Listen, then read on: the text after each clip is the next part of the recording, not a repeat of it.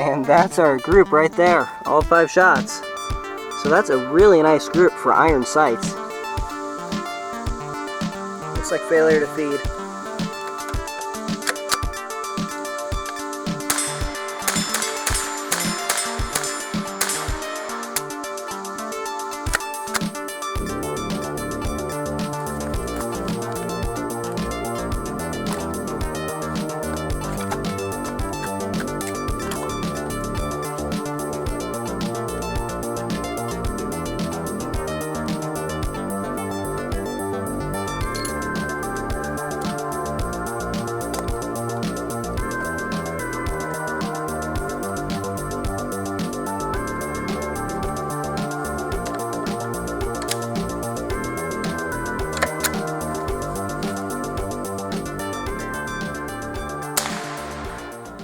Hey guys, thanks for joining me today. Today we're going to take a look at this Henry U.S. survival rifle, also known as the AR-7. And this rifle has actually been made for quite a few years by several manufacturers.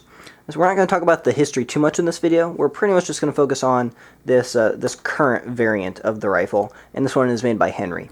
So I've been using the rifle for about 1.5 years now, and it's a pretty polarizing rifle. If you go online and you try to read reviews on it, you'll find some people that just call it, absolute junk, and other people that love it and swear by it.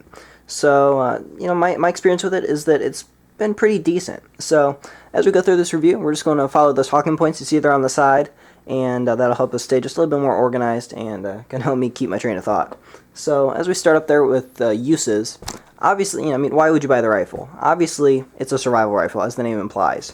So it's a rifle that's been carried by pilots for a lot of years. So Air Force pilots, Bush pilots, and the reason they carry it is just because it's so small and compact. And as you know, it is a breakdown design, so it all just fits right inside the stock, and it just makes it very easy to take with you in an aircraft. Also, it would make a great rifle for just anybody going out in the outdoors. If you're taking a canoe trip or a backpacking trip, or anything along those lines, and you just need a nice, small, relatively lightweight little .22 rifle, this is probably going to be a good option for you. Now, as we talk about the dimensions on here, you're looking at 16.5 inches in length when it's broken down like this, and when it's fully assembled, you're looking at 35 inches in length. It's going to weigh 3.5 pounds, which is not the absolute lightest rifle out there, but it's definitely fairly light. And I'll break that weight down for you a little bit more. So obviously the the components all just fit right there in the stock. Your receiver, so it's going to be your bolt and your trigger and all that. That's going to weigh 23.2 ounces. Your barrel right here, this is going to weigh 9.8 ounces. It does come with 2 magazines. Still right in there, and these are both going to weigh 1.3 ounces each, so fairly lightweight, but if you wanted to drop an ounce, you could just leave a magazine behind. And then all that's really left is just your stock here, and your stock is going to weigh 19.1 ounces, so the stock's actually fairly heavy. So as we move on to the capacity on here, this is a .22 rifle. And a .22 is really kind of one of the best options for a survival rifle, just because you can carry a whole lot of rounds and not, actually have that much weight. And it's really a round that you can do a lot of small game hunting with, and it's really ideal for that. And if you're really desperate, you can try to take more mid-size or even larger game, with that .22, and just try to take a headshot. And obviously that's a worst case scenario, but it can be done. So a .22 is a really nice round. Now, as far as like an Air Force pilot carrying this or something, it's not really a very good defensive tool. It's just a little .22. It's better than nothing, but yeah, I wouldn't carry it as a defensive tool. It's mostly a food procurement type item. So as we look at the magazines, they are very nice steel construction. They're made really well. It does come with 2 of them. I'm sure you could buy more of them from Henry if you needed to. I don't really see much need, but they worked very well. No issues whatsoever. They do hold 8 rounds. I don't know of any aftermarket versions or options out there, but the factory steel 8-round magazines seem to work great. Now, as we move on to the ergonomics on here, it's actually Now, some parts are great, some parts are, you know, a little funky. So when you pull your parts out of there, which is fairly easy to do, this butt cap can be a little bit stiff, but they did put some ridges on there, so it's you know, not too hard to pop this off at the end. And you know, all your pieces just fit in there. Now, one note that I will make is that if you want to, and depending where you are, if this is legal or not, if you want to load a magazine and just leave it in the receiver, obviously nothing chambered, there's actually no chamber there to chamber with, but if you just want to throw a loaded magazine in there, the receiver actually will still fit in there. So you could actually carry 3 magazines, you know, 1 in the gun and then 2 in those slots. And that would, you know, if you had a loaded one in there, that would make it a little bit faster to assemble the gun. So the way you're going to assemble this gun is just going to pop that on there. Now you just have some threading right here, so this is just going to fit right into the stock just like that, and you have a little hand screw down here, thumb screw, and you're just going to screw on that receiver right into the stock. Not too hard.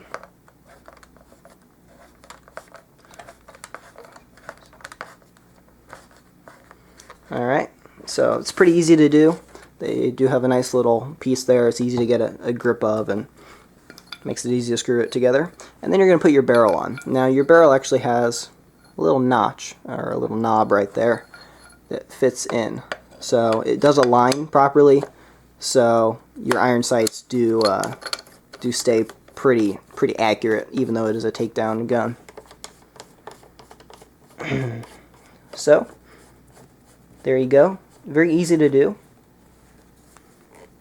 And now it's together. And like I was saying, if you had a loaded magazine in there, all you'd have to do is just, you know, charge the weapon and you'd be good to go. Now, as we look at the controls on here a little bit more, you do have a safety right here. It's, to be honest, it's a pretty dismal safety. It's not all that great. There's not really any detent there whatsoever, so you can't really tell. It doesn't, like, you know, snap into place. So I do wish they had added a detent or something there to really kind of let you know. So I probably wouldn't use that safety whatsoever. I'd probably, if I was worried about walking around with this and I didn't want it to be unsafe, I probably just wouldn't chamber around, and that'd be my safety. Now, as we look at the controls a little bit more, we'll flip it over.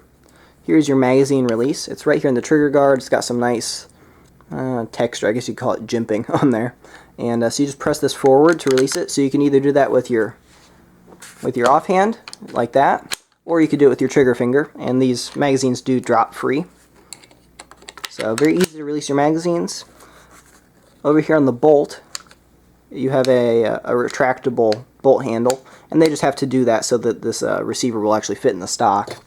So you have a retractable bolt handle. Sometimes that will stick in and be a little hard to get out, but it's not too big of a deal. And you don't have any last shot hold open on here. This is an empty magazine in here, and notice when I pull the bolt back, it's not going to lock back. So that was a little bit of a downside. Now I suppose this lets parts to break, but you know, I kind of wish that you had a last shot hold open. I really don't like dry firing room fire guns, and when you don't know you're out of rounds, you do end up dry firing this, because most likely you're not going to be counting rounds.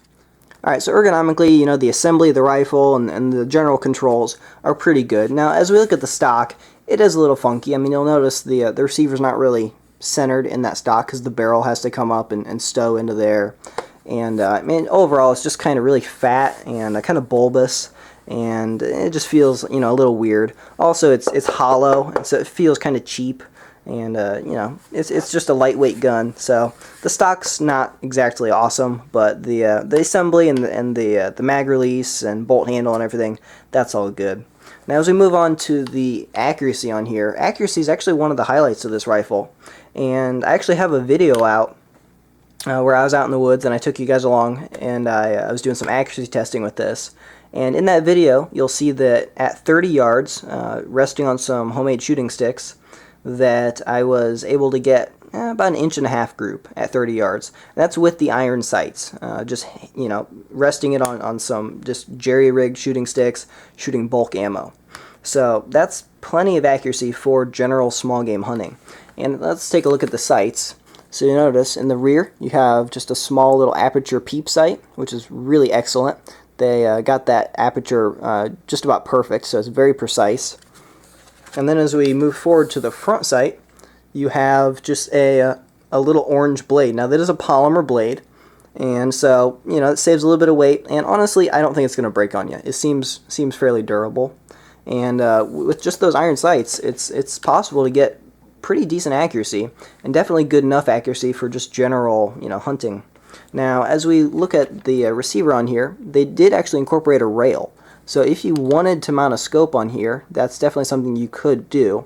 Now, it's not going to fit in the stock, and it's going to add some weight.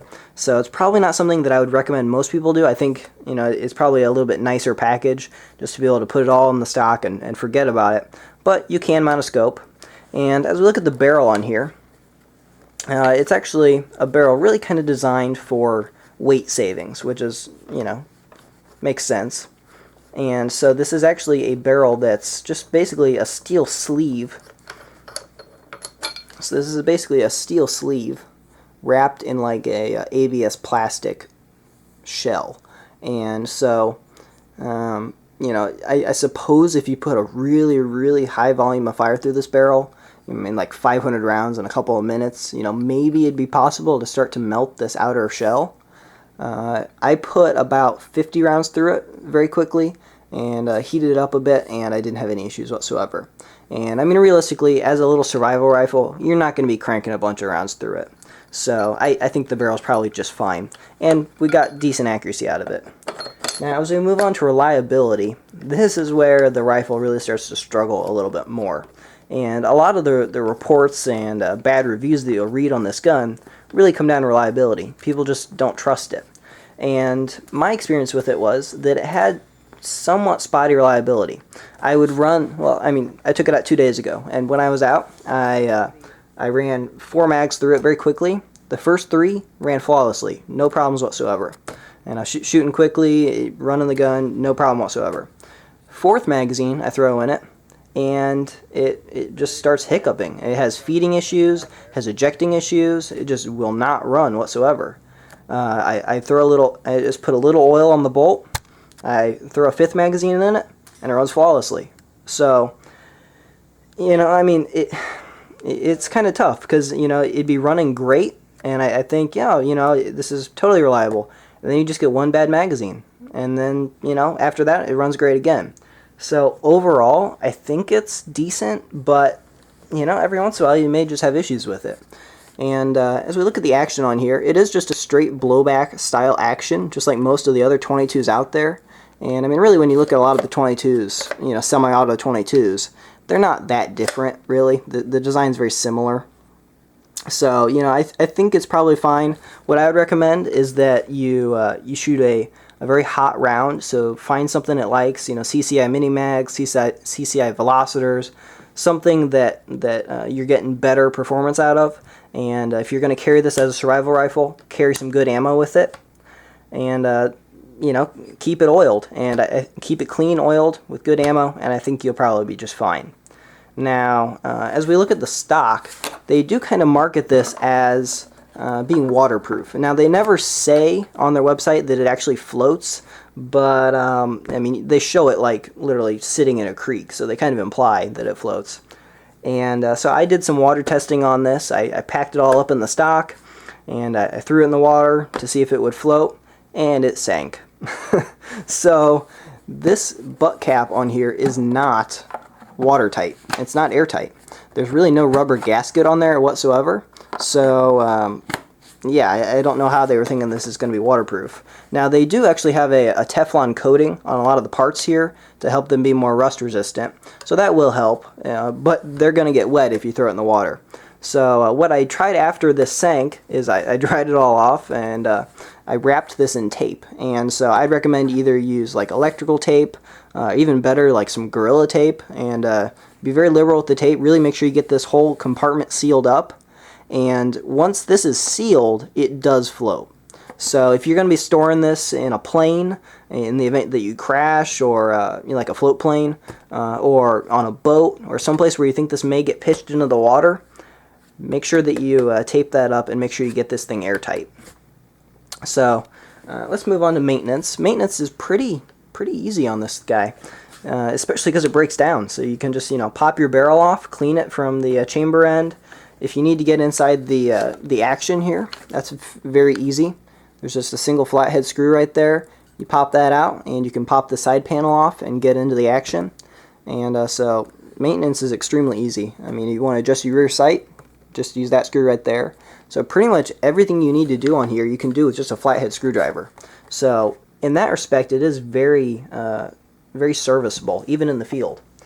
Now, as we look at the accessories available for this, there's not too much aftermarket available for it, but one interesting aspect of this is that this stock actually attaches with just a simple 1/4-20 thread.